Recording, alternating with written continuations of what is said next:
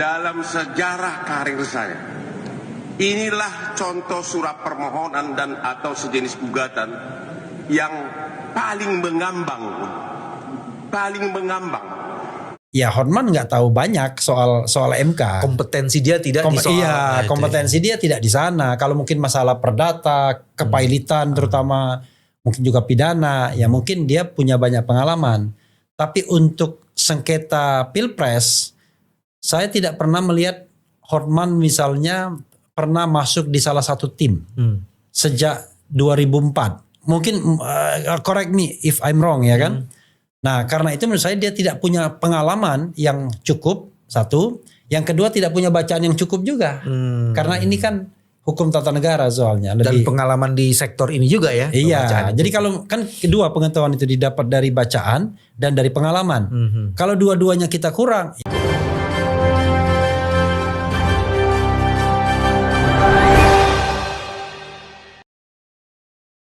Assalamualaikum warahmatullahi wabarakatuh. Jadi setelah Ketua Tim Hukum Pembela Prabowo Gibran Yusril Iza Mahendra menyampaikan keterangan usai sidang perdana kemarin, yaitu sengketa Pilpres 2024 di Mahkamah Konstitusi. Jadi dalam sidang pertama, kubu Anies Mohaimin menyampaikan permohonan dan tuntutannya. Jadi Yusril menilai permohonan tersebut lebih banyak narasi, asumsi daripada penyampaian bukti. Anies Baswedan sebagai pemohon prinsipal dan juga kami menyimak penyampaian permohonan yang berapi-api disampaikan oleh Pak Yusuf Amir dan kemudian oleh Pak Bambang Wijoyanto. Saya akan memberikan tanggapan sekilas yang selanjutnya akan disampaikan oleh para wakil ketua yang hadir dan para senior yang hadir sini. Intinya sih kami menilai bahwa permohonan ini lebih banyak narasi, asumsi, hipotesa daripada menyampaikan bukti. Saya baru dengar dari Pak Kaligis tadi pagi. Dia bilang narasi itu bukan bukti. Itu juga asumsi itu bukan bukti. Sesuatu yang harus dibuktikan. Dalam sejarah karir saya, inilah contoh surat permohonan dan atau sejenis gugatan yang paling mengambang. Yang digugat apa? Yang dibahas bansos. 90% isi dari permohonan itu adalah tentang bansos.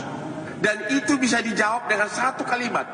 Bansos itu adalah sah sesuai dengan peraturan. Nah, kita sudah mendengar ya. Jadi apa yang disampaikan oleh tim kuasa hukum Amin di MK kemarin dianggap adalah bagian dari narasi, dugaan, jadi bukan bukti. Begitu juga yang disampaikan oleh Hotman, jadi dianggap itu mengambang kemana-mana sehingga bansos juga dilibatkan di dalam menyampaikan permohonan. Nah, apa yang disampaikan oleh Yusril ini langsung ditanggapi oleh yaitu tim kuasa hukum dari Amin. Salah satunya adalah yaitu Refli Harun ya. Begitu juga apa yang disampaikan oleh Hotman Paris Hutapea. Yusril lupa kalau sidang hari ini itu baru sidang pendahuluan, ya, belum sidang pembuktian. Sidang pembuktian itu nanti hari Senin, yaitu menghadirkan saksi dan ahli. Sementara sidang tadi hanya sidang yang mengungkapkan permohonan disertai dengan pengesahan alat bukti. Sidang pertama kemarin itu masih sebatas permohonan, belum penyampaian bukti. Jadi penyampaian bukti itu pada hari Senin ya. Setelah kita selesai membacakan presentasi, ada yang bilang, itu cuma narasi-narasi aja. Ada pihak lain nih, sebut saja pihak 02 ini cuma narasi-narasi aja. Saya tahu tuh namanya kalau tidak salah temannya Mas BW kan. Namanya Oci Kaligis sih kalau nggak salah. Bukan, Hotman. Hotman. Tapi Oci Kaligis, Oci Kaligis mengatakan nggak yakin bakal diterima oleh MK dan lain sebagainya. Jadi boleh dong kita agak sombong sedikit, boleh nggak? Puasa soalnya. Bukan sombong, kita menunjukkan menunjukkan bahwa kita kompeten di bidang itu ya. Jadi kalau kan kita hormati ya rekan sesama profesi ya. Dan saya pun cuma di MK aja kan, nggak di yang lain-lain saya nggak pernah. Refli lebih membangun core kompetensinya di MK ya selama gitu. ini. Okay. Jadi menurut saya memang ya Hotman nggak tahu banyak soal MK. Kompetensi dia tidak di soal. Iya, kompetensi dia tidak di sana. Kalau mungkin masalah perdata, kepailitan terutama, mungkin juga pidana, ya mungkin dia punya banyak pengalaman. Tapi untuk sengketa Pilpres, saya tidak pernah melihat Hotman misalnya pernah masuk di salah satu tim sejak 2004. Mungkin correct me if I'm wrong ya kan. Nah karena itu menurut saya dia tidak punya pengalaman yang cukup, satu. Yang kedua tidak punya bacaan yang cukup juga.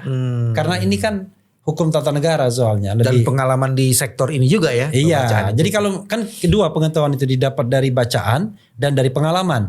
Kalau dua-duanya kita kurang, ya pastilah kita akan. Tapi kan sesumbarnya, di sini orang-orang apa sih Bang Yusril ya? Begini Mas BW ya, kita kan tahu kan, kalau kita bicara sengketa Pilpres, itu paling enak menjadi pihak terkait. Main cantik aja kan. Itu karena kan beban berat di kita untuk membuktikan kan. Mereka cuma bantah-bantah, cuma ya katakanlah kanter-kanter. Kalau misalnya seperti 2014 dan 2019, saya mengatakan saya from the beginning saya tahu prosesnya. Saya bilang saya udah nyerah. Ya kan saya kan diajak juga oleh Denny, tapi waktu itu ada alasan yang objektif karena saya masih komisaris di BUMN, karena itu saya nggak mau. Tetapi kalaupun ikut saya udah tahu, aduh gimana caranya? Anda bikin permohonan cuma beberapa hari menjelang penutupan, mati kita. Dan nggak dikasih amunisi itu alat bukti yang dipakai dasar itu. Iya, beda sama sekarang kan. Sekarang ada waktu cukup lama. Iya, lalu kontemplasinya ada timnya juga yang mengerjakan. Kemudian ada kejadiannya yang kasat mata sebagai objek komplain kita. Saya kalau misalnya berdebat dengan kubu 02 lah terutama misalnya, saya mengatakan begini. Atau jangan kubu 02, dengan orang yang netral. Anda percaya nggak terjadi kecurangan? Dalam Pilpres ini percaya, oke, satu poin kan. Anda percaya nggak kalau kecurangan itu masif, banyak terjadi? Percaya, udah 2 poin. Terakhir, itu pernah saya tanyakan ke Sujoyo Tojo, Mbak percaya nggak? Yang ketiga, kalau ini digerakkan oleh kekuasaan atau istana, dia bilang apa? Kalau itu nggak berani saya. Nggak berani kan bukan berarti nggak percaya. Artinya ketika orang netral ditanyakan 3 hal tersebut susah dia mengatakan tidak. Karena kasat mata kan. Gitu. Jadi jelas sekali ya dalam hal ini Hotman itu sangat jauh dengan Refli Harun kompetensinya di bidang perkara di Mahkamah Konstitusi. Jadi Refli ini sudah sangat berpengalaman menangani kasus sengketa pilkada ya, sudah pernah menjadi bagian tim hukum dari berbagai kasus di Mahkamah Konstitusi. Sedangkan Hotman Paris ini lebih banyak menangani kasus-kasus perdata pidana, sehingga mereka memang benar seperti kata Refli hanya berani koar-koar, hanya berani membantah, memberi argumentasi-argumentasi yang tidak masuk akal, dan itulah kualitasnya mereka karena mereka hanya memang menang tenarnya aja, merasa terkenal sehingga banyak sekarang persepsi dari masyarakat 1000 pengacara PS 45 pengacara. Jadi dianggap pengacara mereka itu lebih terkenal, jadi dianggap apa yang disampaikan oleh pengacara paslon 02 dianggap sudah benar, padahal mereka jam terbangnya di Mahkamah Konstitusi masih sangat jauh sekali.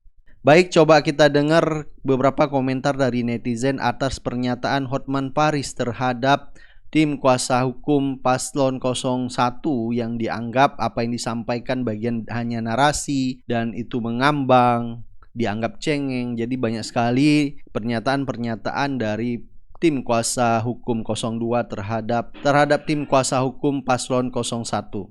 Hotman Paris, ya, 01 itu udah betul, Pak Anies Baswedan, betul deh itu, ya. Kau aja yang tolol, ya. Kalau kau merasa diri kau pintar, Pak Anies kau bilang tolol, kau saat ini yang kami nilai tolol, ya. Jadi kalau kau tersinggung, sakit hati, makanya kau juga rombak bahasa kau itu. Jangan kau anggap diri kau tuh pintar, padahal kami menilai kau tuh tolol, tahu kau?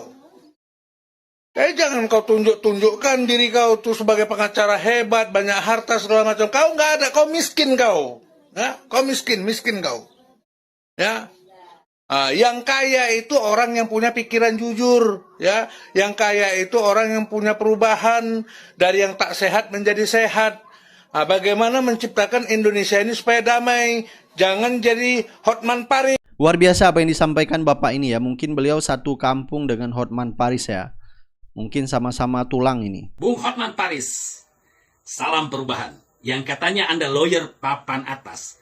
Apa yang Anda katakan di video ya, itu mengenai bansos yang katanya cuma omong-omong aja di pihak. Nah, Bung Hotman Paris yang katanya glamor, kaya raya, dan keren ya, yang tak pernah terima bansos. Jadi, dia tak pernah paham mana itu bansos dan mana itu sogokan.